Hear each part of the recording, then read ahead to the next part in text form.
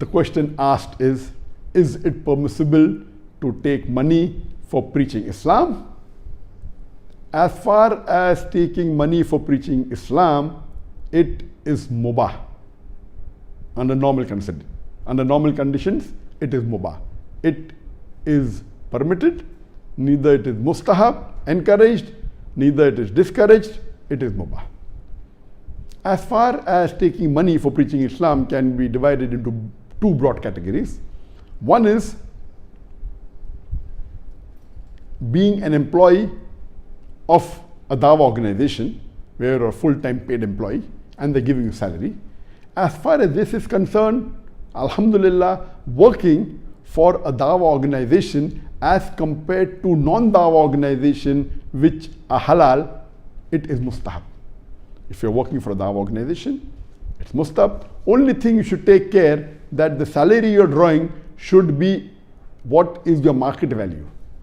If you're taking a salary which is the market value for your ability, for the work that you're providing to that Islamic organization, it is perfectly fine. Either market value or less than that. But if you demand more than the market value, what is the market value, then it is not mustahab.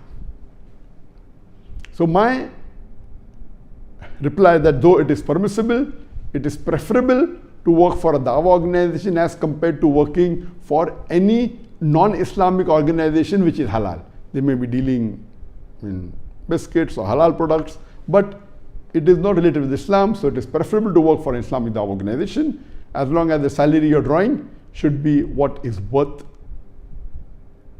of your time you're giving. As far as my organization was concerned in Bombay, alhamdulillah, we always had a policy that whenever we employed anyone, any Muslim into organization, we used to see what was his salary in the previous organization or previous company. And as a policy, almost all the times we always gave 20% or 25% more than what he used to draw outside. So that our philosophy was that at least we take care of our Muslim brothers and sisters, and inshallah they will give a better output to us, so they get both dunya as well as the akhirah. This was our philosophy.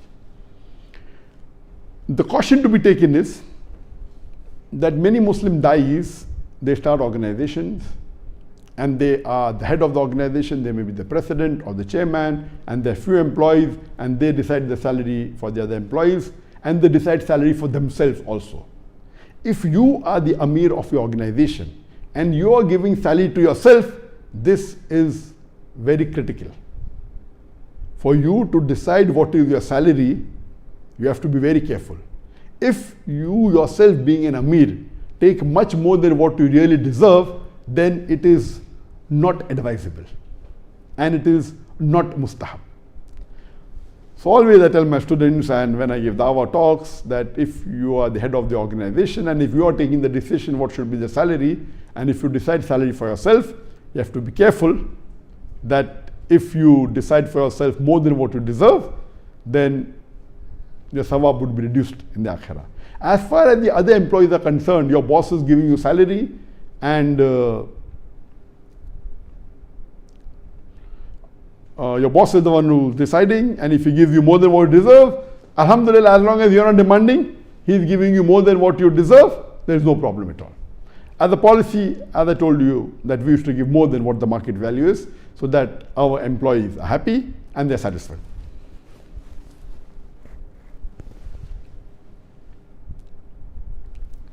The second category is that when a da'i, when he's going for a lecture and someone invites him and he demands money for giving lecture, for preaching Islam, this a person has to be careful. There are two types of culture. That is, one is the Eastern culture and one is the Western culture. Where I come from, India, and I started dawah in the mid-90s, and if someone offered me money to give lecture, it would be like an insult to me. I am doing for sake of Allah, and how come they're offering me money? It would be like an insult. But in the Western world, because of the Western culture being influenced by the Western philosophy of, everything is weighed in money, unfortunately, even many of the Islamic organizations get carried away by the Western culture, and they start demanding money, and they start demanding much more than what they deserve. This, you have to be careful. And this Western culture slowly has spread to almost all the countries of the world. Previously, where it was out of the question that anyone asking for money for giving Islamic lectures in India, Pakistan, but slowly, yes, someone gave voluntary, no problem. But slowly, the culture of the West has percolated into the Indian subcontinent, into the east part of the world, and now we find that even here, many of the da'is have started demanding what you're actually worth, or an amount which will take care of family on a lower level is no problem.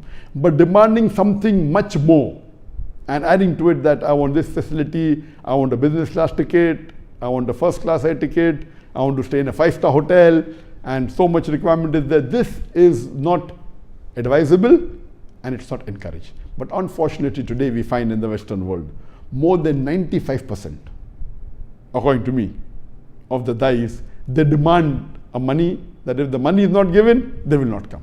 And that's a very sad story. There are very few da'is who may not be demanding money. And this culture has even come to the eastern part of the world. And now we find even in the eastern part of the world, in India, Pakistan, we find the da'is, if not all, then more than 3/4, or at least 75% the demand, which is not a good sign. If someone is voluntarily giving you some money for giving a talk and you take it, whatever they give, that's the best, alhamdulillah. If you demand what the minimum required, you say that, okay, you pay for my air ticket, pay for my simple accommodation, no problem. But demanding, I want a 5-star, I want a business class ticket, this is not mustahab. And it's not to be encouraged. And unfortunately, nowadays, giving lectures and asking for money has become a business, which I feel is not encouraged in Islam. Asking what is required or minimum level, no problem. I always say that it is preferable you don't take money, it is mustahab. As far as I'm concerned, alhamdulillah, I've been doing dawah for the last more than 30 years, mashallah. Allah's help has been there, Allah's grace has been there, and Allah's mercy has been there, that alhamdulillah, out of the thousands of lectures that I've given, a few thousand lectures in different parts of the world, never ever have I demanded or taken money for a single lecture. Alhamdulillah, Allah's grace. And whenever someone calls me for a lecture tour, I have my criteria. Number one is that I will pay for my own air ticket to and fro. Number two, I will pay for my own hotel accommodation, lodging and boarding. I only say that you have to arrange for my visa. These are my conditions. But natural, when we go, the organization already booked the hotel in advance, and if they don't allow me to pay, I cannot force them. But as far as the air ticket is concerned, alhamdulillah, always I make it a point that I pay it from my own pocket, except if it is an invitation from the head of states or on a government level where it's difficult to argue with them. There are few cases that these are the only occasions that I don't force them. Otherwise, even a top businessman calls me, even a billionaire calls me. As far as the to and fro air ticket is concerned, alhamdulillah, I always pay, and that is much more expensive than the hotel accommodation. And alhamdulillah, Allah has given barakah, alhamdulillah, and we see that if you do it for sake of Allah, Allah gives you multiple times more by other means. So this is my request to most of the du'ats is that have faith in Allah subhanahu wa ta'ala, don't demand what the organizations give you, you can take it, but the moment you start demanding that our minimum so much I want for a talk, and that's the reason you find that most of the Western organizations, when you go for dawah lectures, they charge, which is, I don't think it is preferable or it is advisable to charge for people attending Islamic lectures. I remember the first time I went to Canada, I was shocked that kept a ticket for my entry, $10 ticket. I said, $10 for what? So after that, I made it a policy. When I accept an invitation, I say that you should not charge for the entry of the talk, unless if it's a conference. And during a conference, because they're calling many speakers and they may not be able to generate funds, so during conferences, if they charge a fee for the entry, I don't object. But as far as the conferences we have done, mashallah, we have done, by the grace of Allah subhanahu wa ta'ala, the largest Islamic conference in the world. The largest Islamic English conference in the world. MashaAllah, more than 1 million people attending over a span of 10 days. In terms of technology, in terms of expenses, it's the largest, MashaAllah. Alhamdulillah, in these conferences, never ever have we charged a single penny for any of the lectures. And we find that Allah's barakah is there, that when we give it complimentary, Allah helps the organization in bigger way. And by the help of Allah subhanahu wa ta'ala, we became the largest, mashallah, private organization in the world. Having more than 500 full-time paid employees.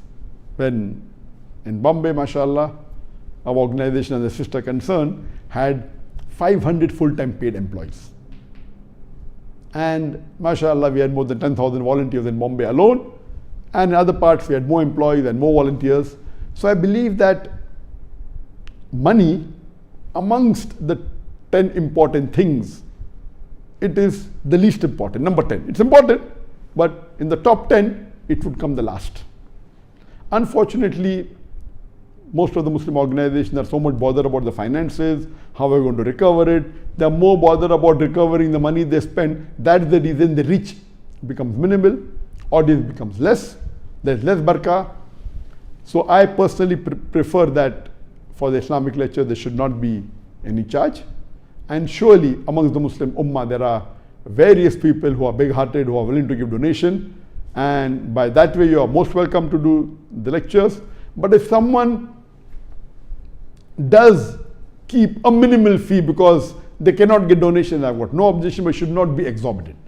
Now it has become a trend that people are giving workshops and they're charging $1,000 and $2,000 and few $1,000s, and because they're popular, they're demanding money, which I feel is not with the spirit of Islam. And alhamdulillah, a few years back, there was an article written by Sheikh Haytham al-Haddad, and there was a beautiful article on how many of the Muslim dais, are demanding money and they've made it a business. It's a very good article. So my request is that have faith in Allah subhanahu wa ta'ala.